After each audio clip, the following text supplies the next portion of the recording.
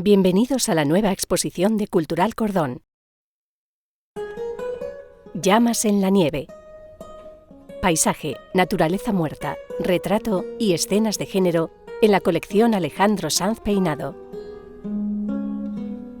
Una producción de la Fundación Caja de Burgos que podrá visitar de 11:30 a 2 y de 5:30 a 8:30 de martes a sábado y de 11:30 a 2 los domingos y festivos. Cultural Cordón, del 18 de marzo al 27 de julio de 2025. En 2023, cuando mostramos por vez primera obras pertenecientes a la colección de Alejandro Sanz Peinado, anunciamos entonces que su amplitud y calidad nos iba a permitir componer dos exposiciones complementarias caracterizadas por su variedad temática y diversidad plástica. La recordada Bajo el árbol del paraíso fue la primera de ellas. Lejos de tratarse de una segunda parte, esta nueva exposición comporta una visión diferente de lo planteado en la primera.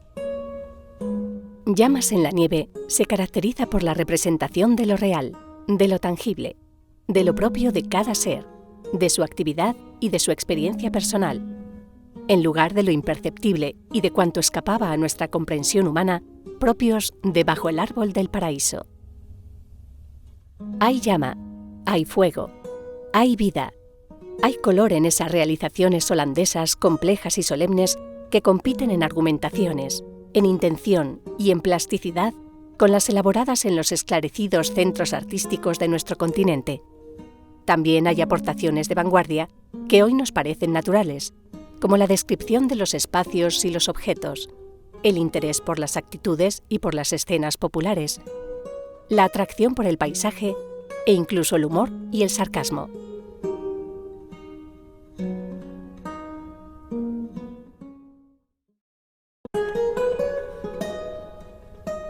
Llamas en la nieve.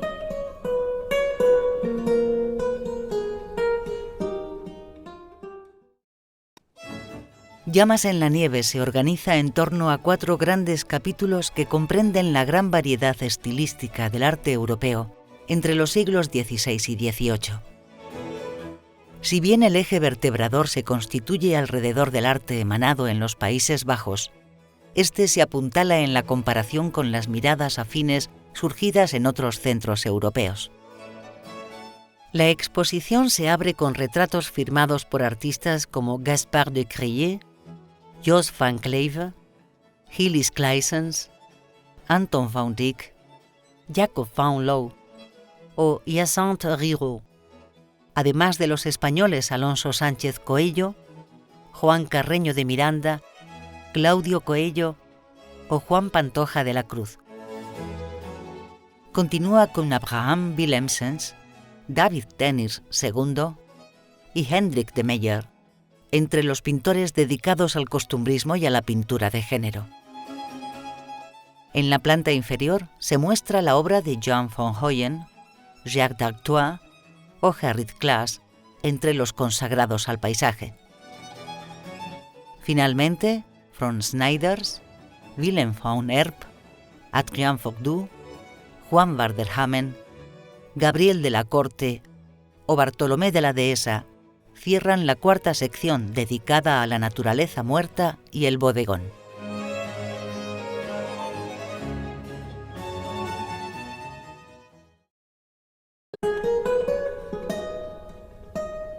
Dominar el tiempo.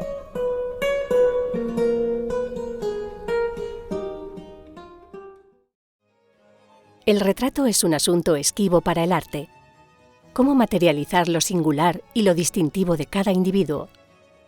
La representación práctica de la propia imagen lucha siempre contra la evidencia del inmediato fracaso. Nunca el hombre parece reflejado tal cual es. Como concepto, el retrato tampoco conoce un origen formal definido. Sustituir simbólicamente al retratado parece su misión primera, en colisión con la imposibilidad de constatar la veracidad de la fisonomía, por completo alejada de nuestra posibilidad de conocimiento.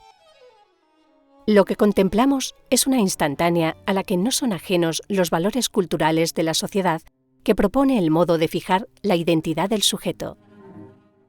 En el Renacimiento, El antropocentrismo arrincona al teocentrismo medieval. El artista se convierte en un intérprete capaz de extraer de la apariencia física del retratado sus valores morales, aquello que define internamente al hombre. La pintura flamenca y holandesa preferirá la descripción del hombre por sí mismo, ausente de aparato, como un modo de elogiar la individualidad afianzada con el triunfo de las doctrinas calvinistas en los Países Bajos. Frente a la preocupación renacentista por la belleza ideal en los países meridionales, el artista flamenco se deleita en la verdad humana, convertida en el principio estético que guía la representación pictórica.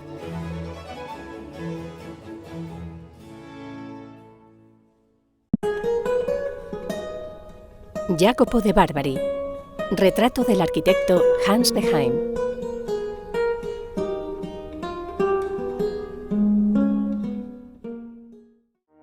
La exposición se abre con esta obra extraordinaria, una de las pocas pertenecientes al Quattrocento italiano presentes en nuestro país. Constituye además un deliberado contrapunto con la galería de retratos flamencos y holandeses que veremos después, tipológica y conceptualmente diferentes.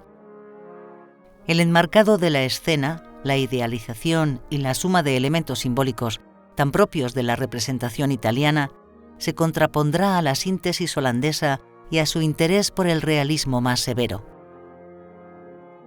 Jacopo de Barbari, célebre por las pinturas realizadas en Venecia en la década de 1490, como el retrato de Luca Pacioli, trabajó al servicio del emperador Maximiliano en Nuremberg, a donde parece haber llegado por su amistad con Alberto Durero. El personaje retratado es el arquitecto imperial Hans Beheim, 1455-1538, como delata el compás que sostiene en la mano derecha. En segundo plano se identifica a Nuremberg, donde realizó para Maximiliano de Habsburgo numerosas obras. El manifiesto carácter reivindicativo de la representación, la exaltación del magisterio humanístico e intelectual del personaje, combinados con un esquema preciso que alcanza una frontalidad icónica pero no esquemática, no pueden separarse de los famosos modelos de Alberto Durero. La expresión facial de nuestro retrato expresa las teorías neoplatónicas de Marsilio Ficino, según las cuales Dios creó al hombre a su imagen y semejanza, de ahí que la creatividad humana sea un reflejo de Dios.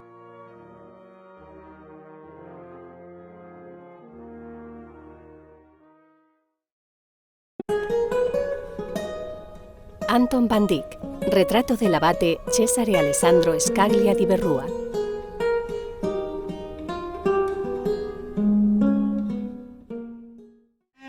Cesare Alessandro Scaglia, 1592-1641, fue un clérigo, aristócrata y diplomático italiano del siglo XVII. Fue abad de la abadía de Staffarda y sirvió en Roma, París y Nápoles como embajador de la Casa de Saboya, pero a partir de 1628 pasó al servicio de Felipe IV como embajador de la corona española en Londres. Fue además recolector de inteligencia, es decir, espía o agente secreto, y en los documentos oficiales se le identifica como Agente 2X.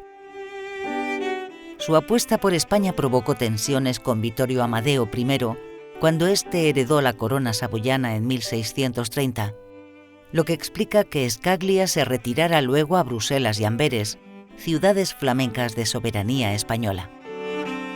El abbé Scaglia, un hombre ambicioso, inteligente y sutil, fue además un destacado coleccionista y trató con regularidad a Rubens, Van Dyck o Jacob Jordaens.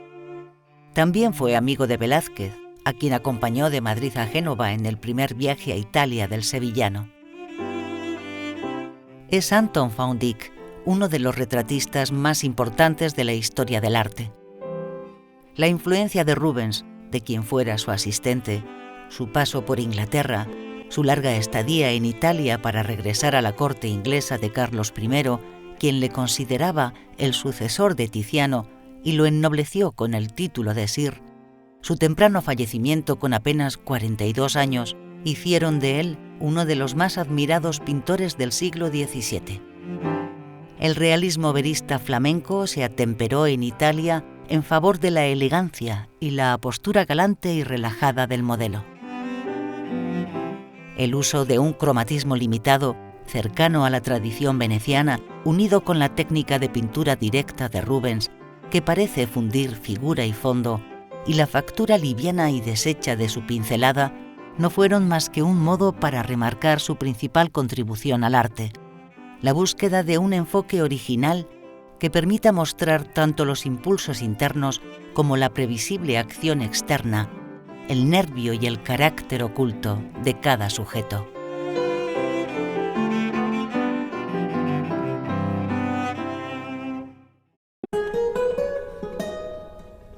Bartholomeus van der Helst, retrato de una monja.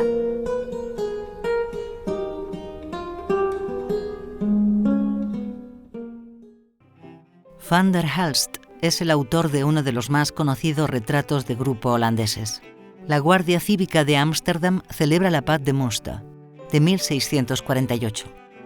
Antes había realizado La Compañía del capitán Roelof Bicker, donde demostró ser un maestro de la composición al dotar de relevancia al personaje central sin menoscabo de la individualización del resto de retratados.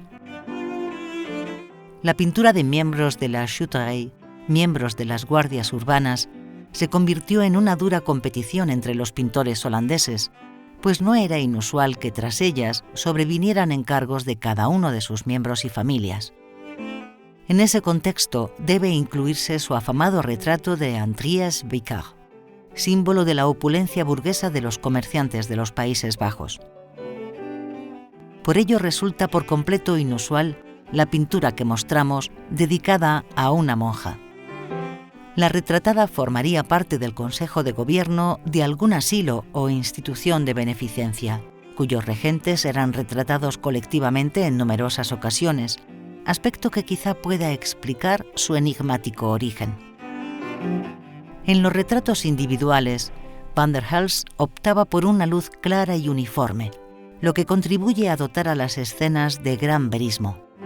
La posición frontal de la figura y el análisis psicológico del personaje, expresado en una mirada dura y ausente, sin ningún elemento decorativo o accesorio y sin elemento alegórico o simbólico alguno, unido a la precisión formal del dibujo, hacen de este retrato, el de una monja en su soledad, una pieza singular y sumamente rara e interesante.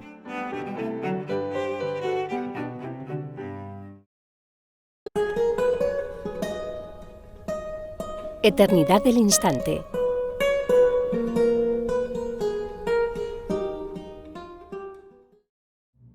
El retrato español no solo tiene en la corte a su principal promotor, sino que ésta es también la constructora de la estética que caracterizará al género. Importan los rasgos físicos, desde luego, pero sobre todo es relevante el concepto de estado con que se acompaña su representación. Solemnidad, gravedad y distancia son los términos que acompañan con frecuencia las descripciones del retrato en la época de los Austria. Escenografías, ropajes, grandes y pesadas colgaduras, joyas y armas definen un retrato asociado a la opulencia, al poder, a su fascinación y hechizo.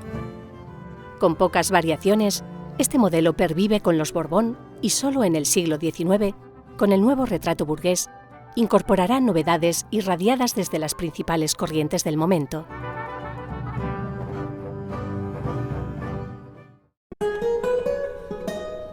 Juan Pantoja de la Cruz, retrato de Felipe III como generalísimo en el sitio de Ostende.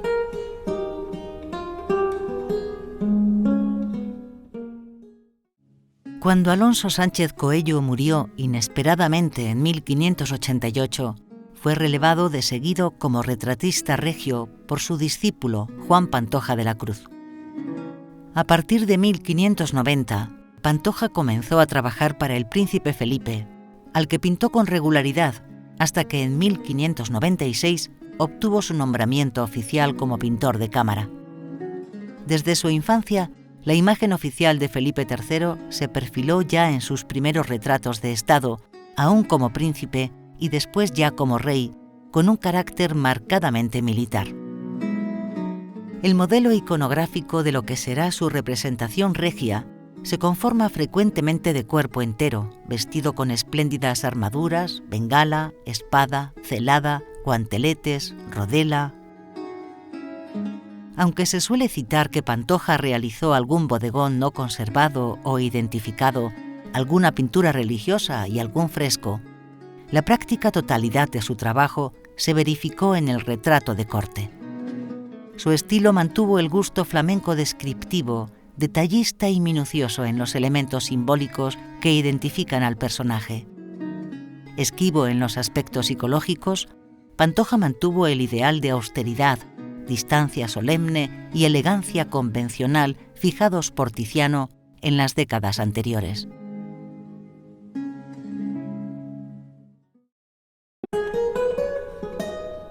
Sebastián de Herrera Barnuevo. Retrato ecuestre de Carlos II.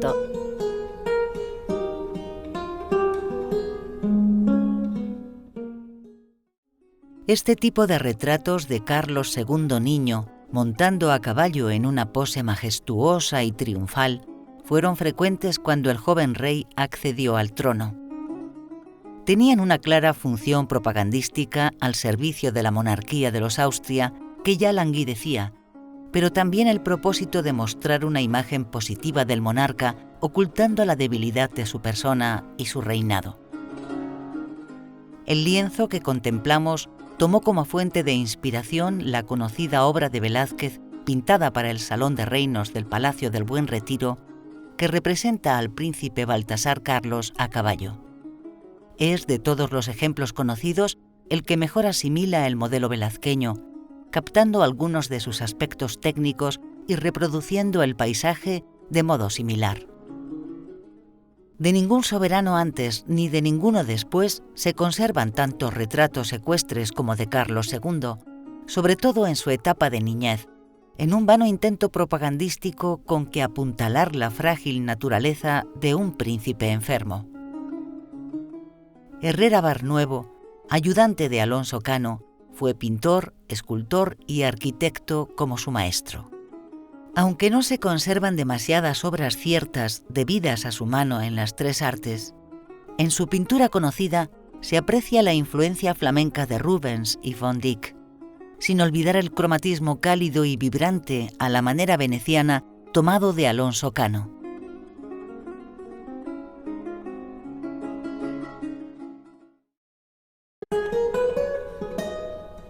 Una estética de lo cotidiano.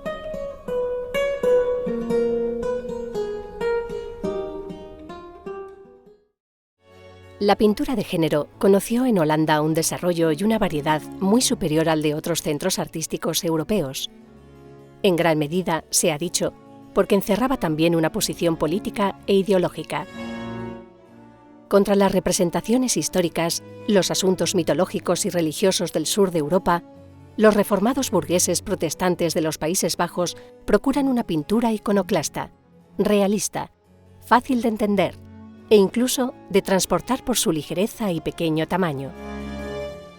Como una anomalía salvaje ha sido entendida esta particularidad del arte holandés. Lo celestial, lo extraterreno, cede su lugar al retrato de las costumbres cotidianas. No hay significados simbólicos. Se sirve a la cultura a la que se representa. Importa lo que se ve, lo que está.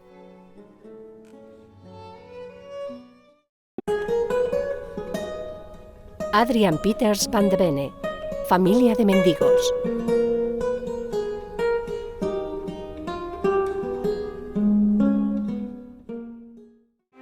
La escena representada en esta pintura trata una alegoría de la pobreza que el autor plasma con ácida y doliente ironía, tal como reza en la filacteria al pie de la pintura «Seine Lenden Berne, die Arme morte trage», que es tanto como decir «He aquí unas piernas cansadas que han de soportar la carga de la pobreza».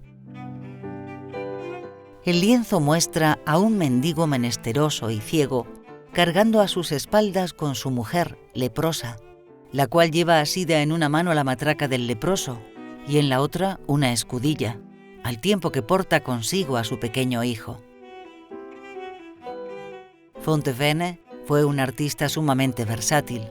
Pintor de alegorías, de escenas de género y de retratos, compuso grisallas y grabados de temas de género protagonizadas por campesinos, mendigos, indigentes, mutilados y ladrones.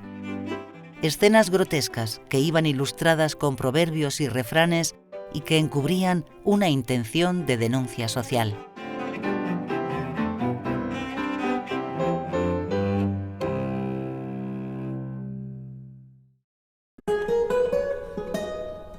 David Teniers II, aldeano con pipa y jarra de cerveza.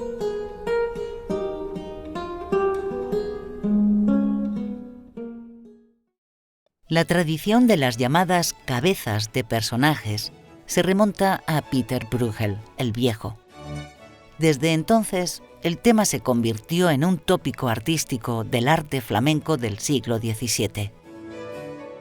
Algunos críticos también han apuntado que estas pequeñas pinturas satíricas aludirían a los pecados capitales.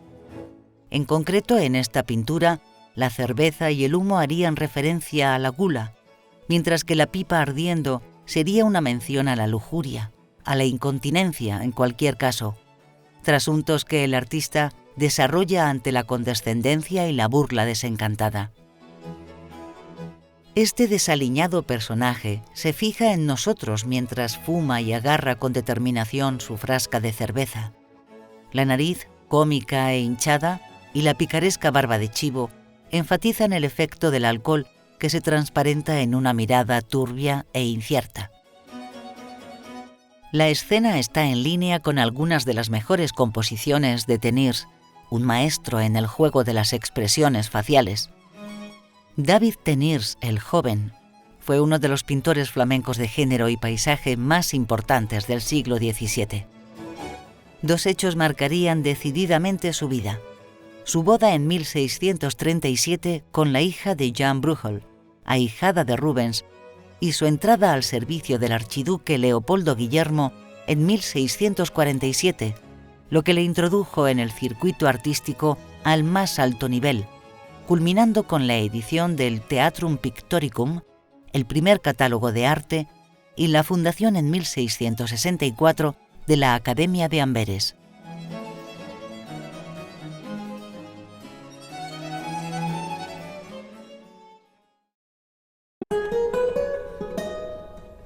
Lo que el ojo ve.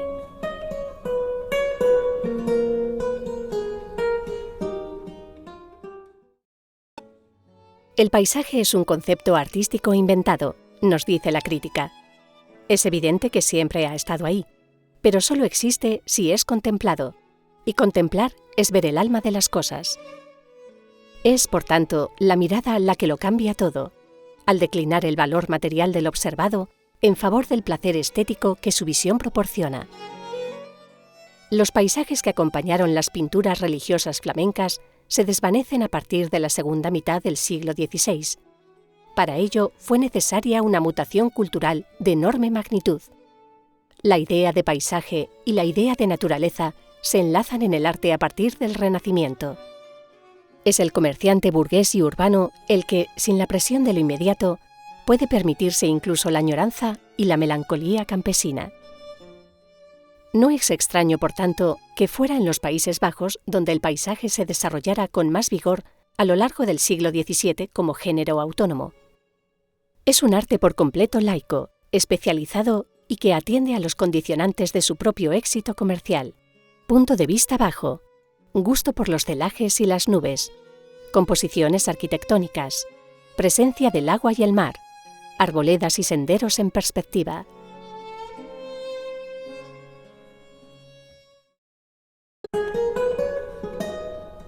Jacques d'Arthois, paisaje con figuras en un camino.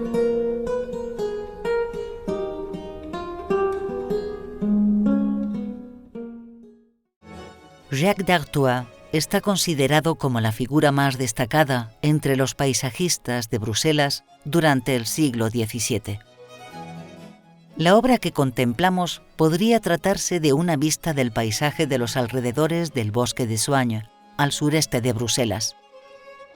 la pintura aporta una composición ordenada y serena que busca el fuerte contraste en los violentos cambios de luz, casas campestres e incluso grisáceos nubarrones frente a los caminos arenosos o ríos que abren el horizonte y se pierden al fondo en busca de la luz del claro celaje.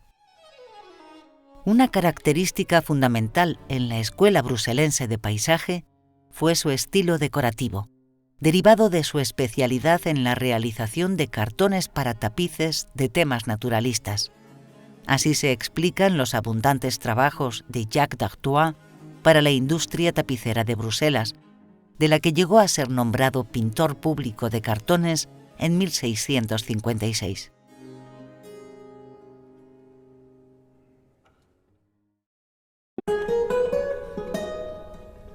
Jan van Hoyen, paisaje portuario.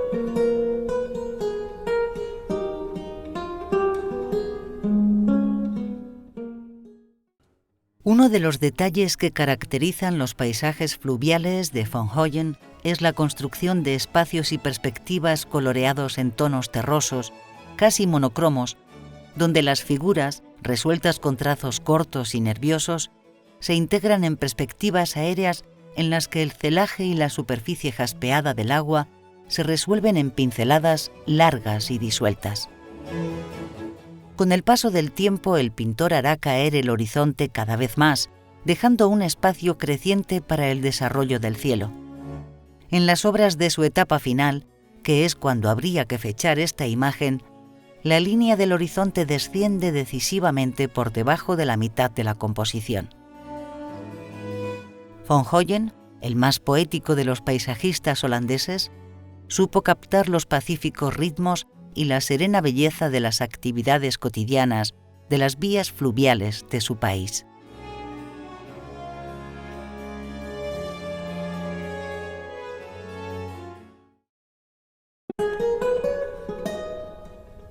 Belleza inmortal.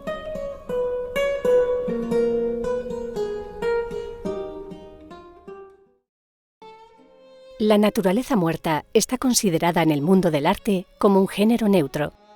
No hay narración, no hay relato. ¿Acaso puede haber un uso simbólico en la preferencia por ciertas plantas y colores, pero alejada de las necesidades de la representación religiosa, se erige como un territorio experimental para investigar en las calidades, en las composiciones y en los efectos de la luz? El bodegón o naturaleza muerta es consustancial al arte de los Países Bajos. La sociedad reformada holandesa requiere una producción pictórica secularizada al gusto de la sociedad mercantil y burguesa que la protagoniza. En rigor, el término holandés equiparable a bodegón es stilleven, cuya traducción más acertada es naturaleza quieta o detenida. Una variante temática diferenciada son los postilleven, o bodegones ostentosos. El éxito del bodegón se propaló por toda Europa.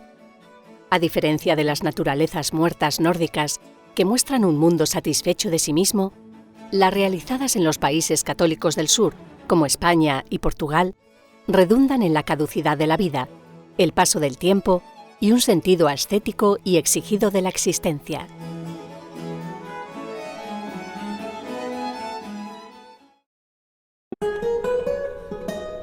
Franz Schneiders, Nature morte, cuisinier, légumes, charcuterie, vaisselle et casserole.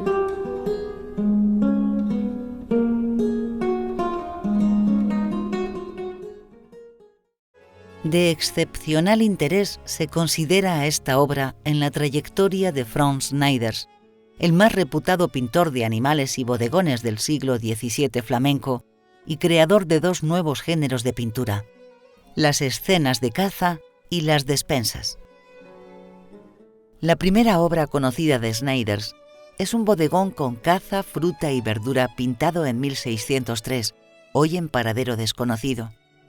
Desde esa fecha y hasta 1610, en que regresa a Amberes de su viaje a Italia, no se conocía ninguna otra obra suya. Este bodegón es hasta hoy la única tela de Schneiders datada en el periodo aludido, lo que hace de ella una obra importante para comprender el mestizaje entre las tradiciones flamenca e italiana como atestiguan la firmeza y vigor del dibujo y la calidad de texturas y materiales.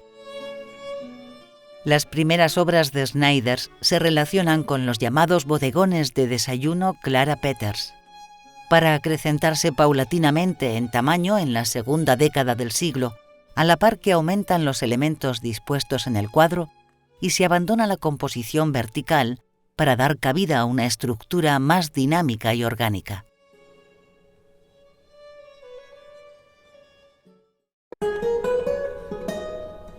Adrian Van Utrecht, Arie de Bois. Bodegón con personajes.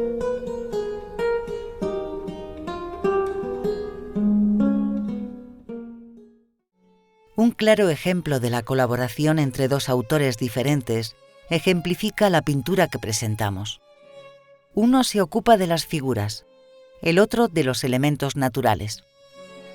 Asociaciones de este tipo eran muy comunes en los Países Bajos del siglo XVII, donde la ingente demanda y el concurrido y próspero mercado del arte forzaba a los pintores a especializarse.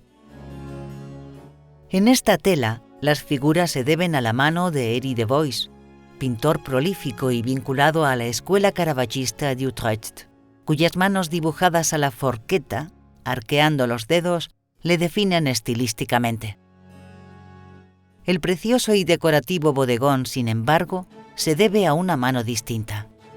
Sus características y esquema compositivo nos conducen al entorno de Franz Snyders y Adrian Van Utrecht. Ambos artistas son los creadores del género del Pronkstilleven, naturalezas muertas rebosantes de objetos diversos, frutas, flores y caza, a menudo acompañadas de personas vivas y animales. Van Utrecht fue principalmente un pintor de naturaleza inmóvil. A diferencia de los colores brillantes de Snyders, optó por cálidos tonos terrosos, especialmente el verde grisáceo, y por los fuertes efectos del claroscuro, algo que se debe a su conocimiento de la pintura italiana y de los caravaggistas. La abundancia de productos alude a la glotonería y lujuria suscitadas por los sentidos del gusto y el tacto.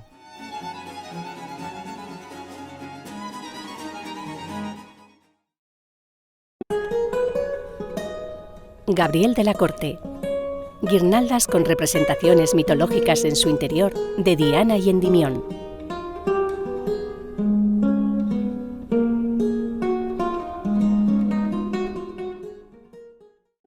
Gabriel de la Corte es considerado por la historiografía como el mejor representante de la pintura de flores madrileña en la segunda mitad del siglo XVII. Fue aprendiz de Juan de Arellano y su estilo se caracteriza por presentar unas composiciones abigarradas con un tipo de trazo suelto, espontáneo y muy empastado, simplificando las formas con densas y vigorosas pinceladas. En el género de la pintura de flores, sus obras son pioneras al preludiar el estilo rococó del siglo XVIII. La pareja de lienzos que contemplamos son un magnífico ejemplo de ello, a los que también se les añade una hermosa pareja de Brunel con el tema mitológico de Diana y Endimión, que quizá fueran de distinta mano. En la composición de la izquierda encontramos a la diosa Diana portando el arco, pero personificada como Selene o la luna, al ostentar el creciente lunar sobre su cabeza. En el de la derecha figura el pastor Endimión echado en el campo. Cuenta la leyenda que la diosa se enamoró de Endimión y, deslumbrada por su belleza, adquirió la costumbre de acudir a besarlo todas las noches mientras éste dormía. Por su voto perpetuo de castidad y con la intención de frenar sus instintos, pidió a Zeus que sumiese al pastor en un profundo sueño perpetuo para poder contemplarlo y disfrutar eternamente de su compañía.